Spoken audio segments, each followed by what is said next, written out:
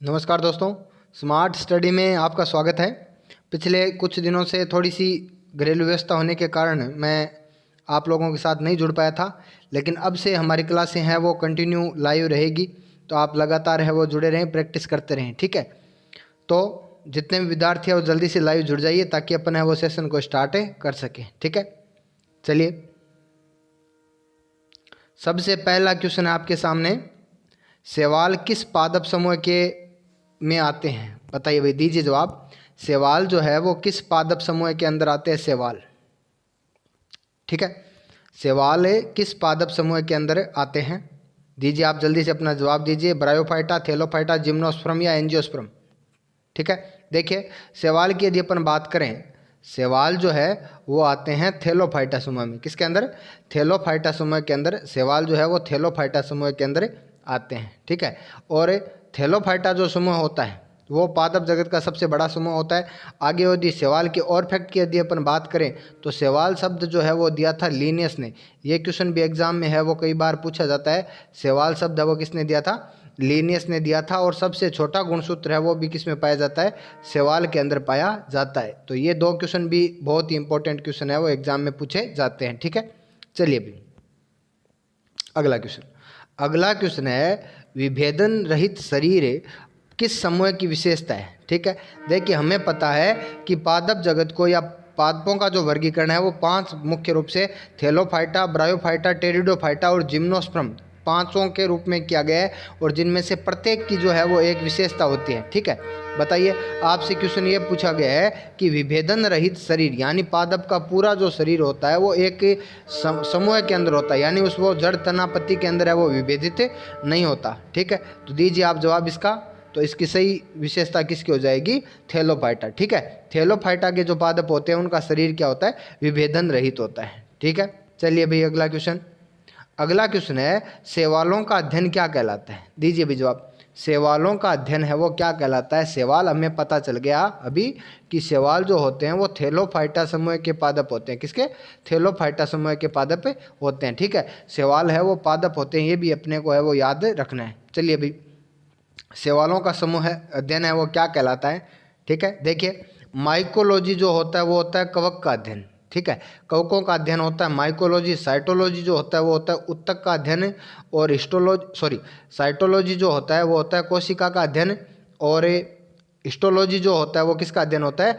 उत्तक का अध्ययन होता है। तो फाइकोलॉजी जो होता है वो शैवाल का अध्ययन होता है। ठीक है, तो आपको याद रखना है शैवालों का अध्ययन है वो क्या कहलाता है? फाइकोलॉजी कहलाता है। और शैवाल जो होता है वो थैलोफाइटा समूह का पादप होता है। ठीक है, चलिए भाई अगला क्वेश्चन है, लाल शैवालों का रंग किस वर्णक के कारण होता है? देखिए बताइए भाई, लाल शैवाल जो होते हैं उनका रंग है वो किस वर्णक के कारण होता है? हमें पता है कि शैवाल जो होते हैं ना, शैवाल जो होते हैं वो तीन प्रकार के होते हैं। ठीक है, शैवाल जो होते हैं वो तीन प्रकार के होते हैं। एक होते हैं हरे शैवाल, एक होते हैं हरे शैवाल, एक होते हैं भूरे शैवाल, और एक होते हैं लाल शैवाल।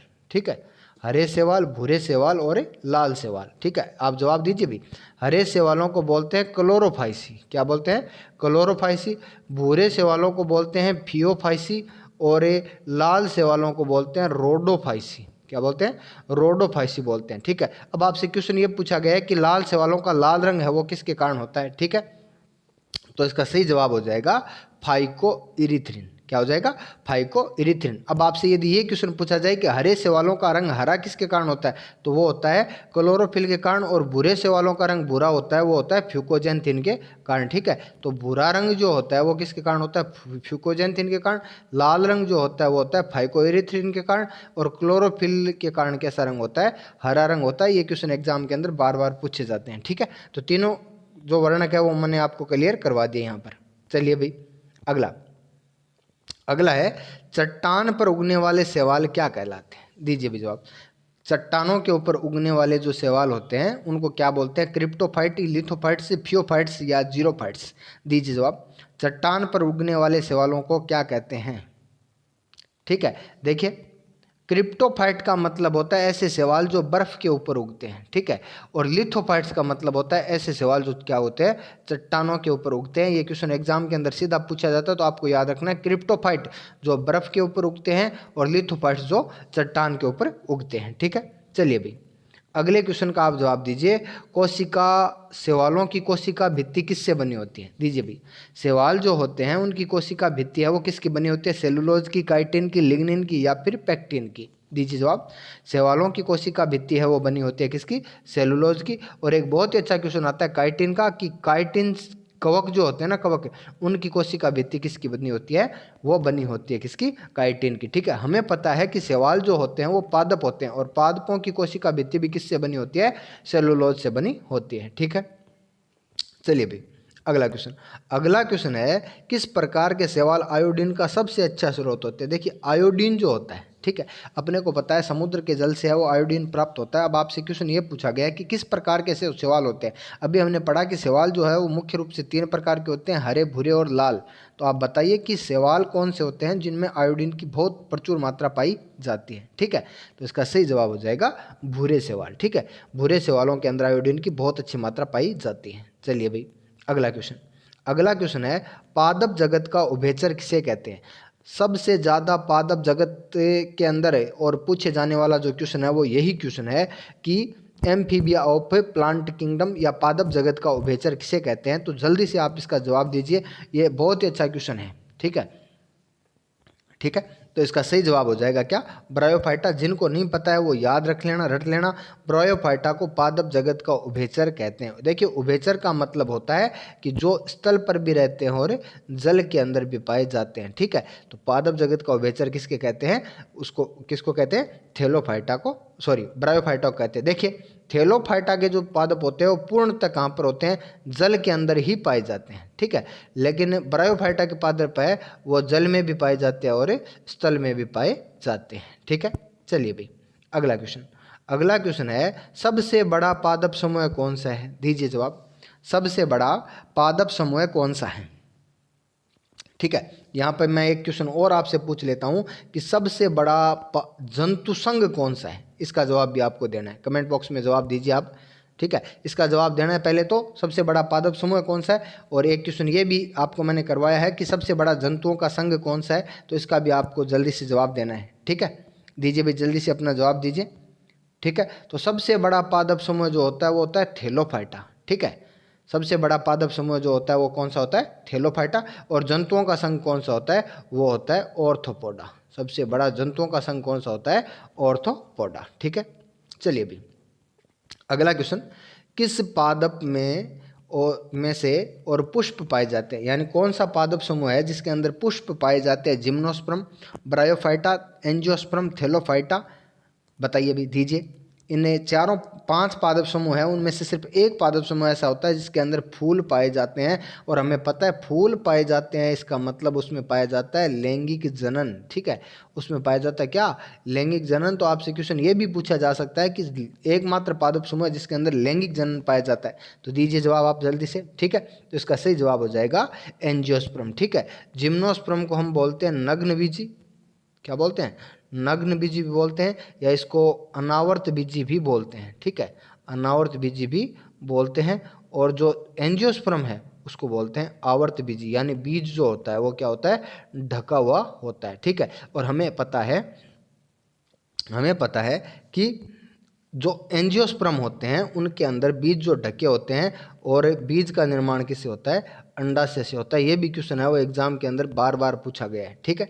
चलिए भाई अगला क्वेश्चन है सिकोया सिम्परविरेस से सबसे लंबा पादप है, ये किस समूह का पादप है? देखिए ये क्वेश्चन अभी एनटीपीसी ने भी पूछा था कि सबसे लंबा पादप कौन सा है, तो सिकोया सिम्परविरेस, ठीक है। अब आपसे ये पूछ लिया जाए कि ये किस पादप समूह से संबंधित है, तो दीजिए अपना जवाब दीजिए। सिकोया सिम्परविरेस सबसे लंबा पादप है, ठीक है। इसे विशाल लाल वृक्ष भी बोलते हैं, विशाल लाल वृक्ष भी बोलते हैं। तो आप बताइए मुझे सिकोया सिम्परविरेस सबसे लंबा पादप समूह है, ये किस समूह से संबंधित है? Thallophyta, bryophyta, angiosperm, gymnosperm? दीजिए जवाब, ठीक है। तो इसका सही जवाब क्या हो जाएगा? इसका सही जवाब हो जाएगा जिम्नोस्पर्म। ठीक है, और जिम्नोस्पर्म को क्या बोलते हैं? अनावर्त बीजी बोलते हैं। क्या बोलते हैं? अनावर्त बीजी बोलते हैं। ठीक है, चलिए भी अगला। अगला है, किस पादप समूह में सहवहन उत्तक पाए जाते हैं किंतु बीज नहीं होते? देखिए, सबसे पहले मैं आपको बता दूं सहवहन उत्तक क्या होते हैं। जाइलम और फ्लोएम में होते हैं। ठीक है, सहवहन उत्तक का मतलब होता है जाइलम और फ्लोएम में, यानी जो पदार्थों को पादप शरीर में एक जगह से दूसरी जगह ले जाते हैं। हमें पता है जाइलम है वो जल का परिवहन करते हैं और फ्लोएम जो है वो फूड यानी भोजन का परिवहन करते हैं। अब आपसे क्वेश्चन ये पूछा गया है कि कौन सा पादप समूह है जिसके अंदर है वो सहवनोत्तक तो पाए जाते हैं लेकिन बीज नहीं पाए जाते? बताइए। थैलोफाइटा और ब्रायोफाइटा में मैं आपको बता दूं कि सहवहन उत्तक ही नहीं पाया जाता। ठीक है, ठीक है, तो इसका सही जवाब हो जाएगा टेरिडोफाइटा। आपसे एग्जाम में सीधा ये क्वेश्चन भी पूछा गया है कि पहला पादप समूह है जिसके अंदर यानी सबसे पहले किस पादप समूह के अंदर है वो सहवन उत्तक पाए जाते हैं, तो वो कौन सा है? टेरिडोफाइटा। ठीक है, आपसे टेरिडोफाइटा का एक क्वेश्चन ये भी पूछा जाता है कि जड़ तनापति सबसे पहले किस पादप समूह में मिलते हैं, तो इसका भी सही जवाब क्या हो जाएगा? टेरिडोफाइटा हो जाएगा। ठीक है, जितने इंपॉर्टेंट क्वेश्चन है उसके माध्यम से अपन है वो पूरा जो टॉपिक है उसको करने की कोशिश करेंगे। ठीक है, देखिए अगला है, पौधों में उद विकास का अध्ययन क्या कहलाता है? यानी पादप जो उद विकास का मतलब क्या होता है? उत्तरोत्तर धीरे धीरे नई जातियों का बनना, नई किस्मों का विकसित होना, उसका जो अध्ययन है वो क्या कहलाता है? बताइए भी दीजिए। डेंड्रोलॉजी, हॉर्टिकल्चर, इकोलॉजी या फाइलोजेनी? दीजिए जवाब। पौधों में उद विकास का अध्ययन क्या कहलाता है? ठीक है, तो इसका सही जवाब हो जाएगा फाइलोजेनी। ये क्वेश्चन आपसे एनटीपीसी के अंदर 2015 में पूछा गया था। ठीक है, पिछला जो एनटीपीसी का एग्जाम था उसके अंदर ये पूछा गया था कि पौधों के उद विकास का अध्ययन क्या कहलाता है। ठीक है, चलिए भाई अगला क्वेश्चन। अगला है, आलू जो है वो किस कुल का पादप है? दीजिए भाई। आलू जो है वो किस कुल का पादप है? मालवेसी, सोलेनेसी, रोजेसी या कुकुरबिटेसी? दीजिए जवाब। आलू जो है वो किस कुल का पादप होता है? ठीक है, देखिए आलू का वैज्ञानिक नाम होता है सोलेनम ट्यूबरोसम। Solanum tuberosum. तो आप जल्दी से आप जवाब दे दीजिए कि आलू जो है वो किस कुल का पादप होता है, तो इसका सही जवाब, बिल्कुल सही जवाब होगा सोलेनेसी। ठीक है, आगे यदि अपन बात करें तो आप इसके अंदर मेन याद रख लेना, आलू और बैंगन। आलू और बैंगन जो होता है, बैंगन का वैज्ञानिक नाम होता है क्या? सोलेंजिना, सोलेनम मेलोंजिना। और मालवेसी, देखिए मालवेसी का मतलब होता है माल, माल का मतलब होता है पैसे। तो जितनी भी नगद है किस्म होती है, जैसे अपन नगद फसल बोलते हैं किसको? कपास को, तो कपास किसके अंदर आता है? मालवेसी के अंदर आता है। ठीक है, रोजेसी में आप एक याद रख लेना, सेव। सेव जो आता है वो किसके अंदर आता है? रोजेसी के अंदर आता है। और कुकर बिटेसी के अंदर जितनी भी हरी सब्जियां होती है, जैसे अपन बस बोल देते हैं ककड़ी हो, तरबूजा हो, खरबूजा हो, ठीक है, जितने भी जो हरी सब्जियां होती है वो आती है कुकर बिटेसी में। तो आलू का कुल कौन सा है? आलू का कुल है सोलेनेसी। ठीक है, चलिए भी अगला क्वेश्चन। अगला क्वेश्चन है, सबसे बड़ा फल कौन सा होता है? दीजिए भी जवाब जल्दी से। सबसे बड़ा फल होता है रेफ्लेसिया, पपीता, लोडोसिया या आम? दीजिए जवाब। सबसे बड़ा फल कौन सा होता है? सबसे बड़ा फल कौन सा होता है? ठीक है, तो इसका सही जवाब क्या हो जाएगा? इसका सही जवाब हो जाएगा लोडोसिया। ठीक है, सबसे बड़ा फल होता है लोडोसिया। देखिए अब यहाँ पर 2-3 क्वेश्चन है तो मैं आपको क्लियर करवा रहा हूँ। देखिए, एक तो आपसे पूछा जाता है कि सबसे बड़ा जो फूल होता है, सबसे बड़ा जो फूल होता है वो होता है रेफ्लेसिया। ठीक है, आपको याद रखना है, सबसे बड़ा जो फूल होता है वो होता है रेफ्लेसिया। ये भी क्वेश्चन एग्जाम में आता है बार बार। आपसे पूछा जाए सबसे छोटा फूल तो ये होता है वुल्फिया। ठीक है, ये आपको याद रखना है। सबसे बड़ा फल जो होता है वो कौन सा होता है? लोडोसिया होता है। ठीक है, चलिए भाई अगला क्वेश्चन। अगला क्वेश्चन है, अंतरिक्ष यात्री ऑक्सीजन की आपूर्ति के लिए किस शैवाल का उपयोग करते हैं? दीजिए जल्दी से जवाब। अंतरिक्ष यात्री जो होते हैं वो ऑक्सीजन की आपूर्ति के लिए किस और शैवाल का उपयोग करते हैं? एल्वा या एसिटाबुलेरिया या स्पायरोगायरा या क्लोरेला? ऐसा कैसा क्वेश्चन है वो एग्जाम में सीधा कई बार पूछा गया है, तो आप जल्दी से इसका जवाब दीजिए। ठीक है, तो इसका सही जवाब क्या हो जाएगा? इसका सही जवाब हो जाएगा क्लोरेला। आपको याद रखना है, एग्जाम में सीधा क्वेश्चन ये भी पूछा गया है, क्लोरेला क्या होता है? तो क्लोरेला होता है एक शैवाल है जिसका उपयोग ऑक्सीजन की आपूर्ति के लिए किया जाता है। ठीक है, चलिए भाई अगला क्वेश्चन। अगला क्वेश्चन है, बहुत ही अच्छा क्वेश्चन है कि किस पादप के परागकण, परागकण क्या होते हैं? देखिए, नर जनन भाग कह सकते हैं अपन, पादप का जो नर जनन और भाग जो होता है, या अपन कह सकते हैं नर जनन कोशिकाएं जो होती है उनको बोलते हैं परागकण। ठीक है, तो परागकण पंख युक्त होते हैं जो आसमान में फैलने पर पीले बादल की तरह दिखते हैं। दीजिए भी जवाब, बहुत अच्छा क्वेश्चन है, एग्जाम में बार बार पूछा गया है, तो आप जल्दी से इसका जवाब दीजिए। किस पादप के परागकण पंख युक्त होते हैं जो आसमान में फैलने पर पीले बादल की तरह दिखते हैं? ठीक है, तो इसका सही जवाब क्या हो जाएगा? पाइनस हो जाएगा। ठीक है, इसका सही जवाब क्या हो जाएगा? पाइनस हो जाएगा। चलिए भाई अगला क्वेश्चन। अगला क्वेश्चन आपसे पूछा गया है कि मटर, मूंगफली, चना किस कुल के पादप है? दीजिए भी जवाब। मटर, मूंगफली, चना जो है वो किस कुल के पादप है? दीजिए जवाब। ठीक है, तो इसका सही जवाब हो जाएगा लेग्यूमिनेसी। आपको मूंगफली का बहुत बार एग्जाम में क्वेश्चन पूछा गया है कि मूंगफली है वो किस पादप समूह से है, तो लेग्यूमिनेसी। या आप याद सकते हो जितनी भी दालें जो होती है ना, दालें जो होती है वो किसके अंदर आती है? लेग्यूमिनेसी के अंदर आती है। ठीक है, चलिए भी अगला क्वेश्चन।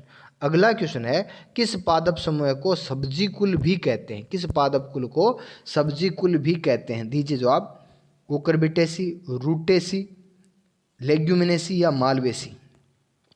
दीजिए जवाब। ठीक है, अभी पीछे देखो मैंने आपको बताया था कि कुकुरबिटेसी जो होता है उसके अंदर हरी सब्जियां आती है, तो आपको याद रखना है कुकुरबिटेसी को क्या बोलते हैं? कुकुरबिटेसी को बोलते हैं सब्जी कुल। ठीक है, अभी हमने पढ़ा था कि लेग्यूमिनेसी जो होते हैं उनके अंदर क्या आती हैं? दालें आती है। और मालवेसी क्या, एक बहुत ही अच्छा एग्जाम्पल आप याद रख लेना, कपास। कपास जो आता है किस कुल में आता है? मालवेसी के अंदर आता है। ठीक है, चलिए तो अगला है, आवर्त बीजी पौधों को बांटा गया है। ठीक है, आवर्त बीजी जो पादप होते हैं, देखिए आवर्त बीजी का मतलब वो ये होता है कि जिनका बीज है वो बीजावरण से ढका होता है। ठीक है, तो बताओ उनको कितने भागों में बांटा गया है? एक बीजपत्री में, द्विबीजपत्री में, उपयुक्त दोनों में, या उपयुक्त में से कोई नहीं? ठीक है, तो इसका सही जवाब हो जाएगा उपयुक्त दोनों में। ठीक है, आवर्त बीजी पादपों को दो भागों में बांटा गया है, एक बीजपत्री और द्विबीजपत्री में। ठीक है, चलिए भाई अगला। अगला क्वेश्चन है, निम्न में से एक बीजपत्री पादप की विशेषता होती है? ठीक है, देखिए एक बीजपत्री का मतलब ये होता है, हमें पता है कि कई बीज ऐसे होते हैं जो दो भागों में, बराबर भागों में टूट जाते हैं, वो होते हैं द्विबीजपत्री, और जो बराबर नहीं टूटते उनको बोलते हैं एक बीजपत्री। ठीक है, तो बताइए उनकी क्या विशेषता होती है? एक बीजपत्री जो पादप होते हैं, देखिए रेशेदार जड़ें। ठीक है, यानी जड़ें जो होती है वो इस प्रकार से क्या होती है? रेशेदार होती है। तो आप समझ जाना कि ये क्या है? एक बीजपत्री पादप है। ठीक है, अगला द्वितीयक वृद्धि। देखिए यदि पादप की लंबाई में वृद्धि होती है तो उसको बोलते हैं प्राथमिक वृद्धि, और यदि मोटाई में वृद्धि होती है तो उसको बोलते हैं द्वितीयक वृद्धि। ठीक है, अपने को पता है कि सभी जो अनाज होते हैं वो क्या होते हैं? एक बीजपत्री पादप होते हैं, तो इनकी सिर्फ और सिर्फ लंबाई में वृद्धि होती है, मोटाई में वृद्धि नहीं होती।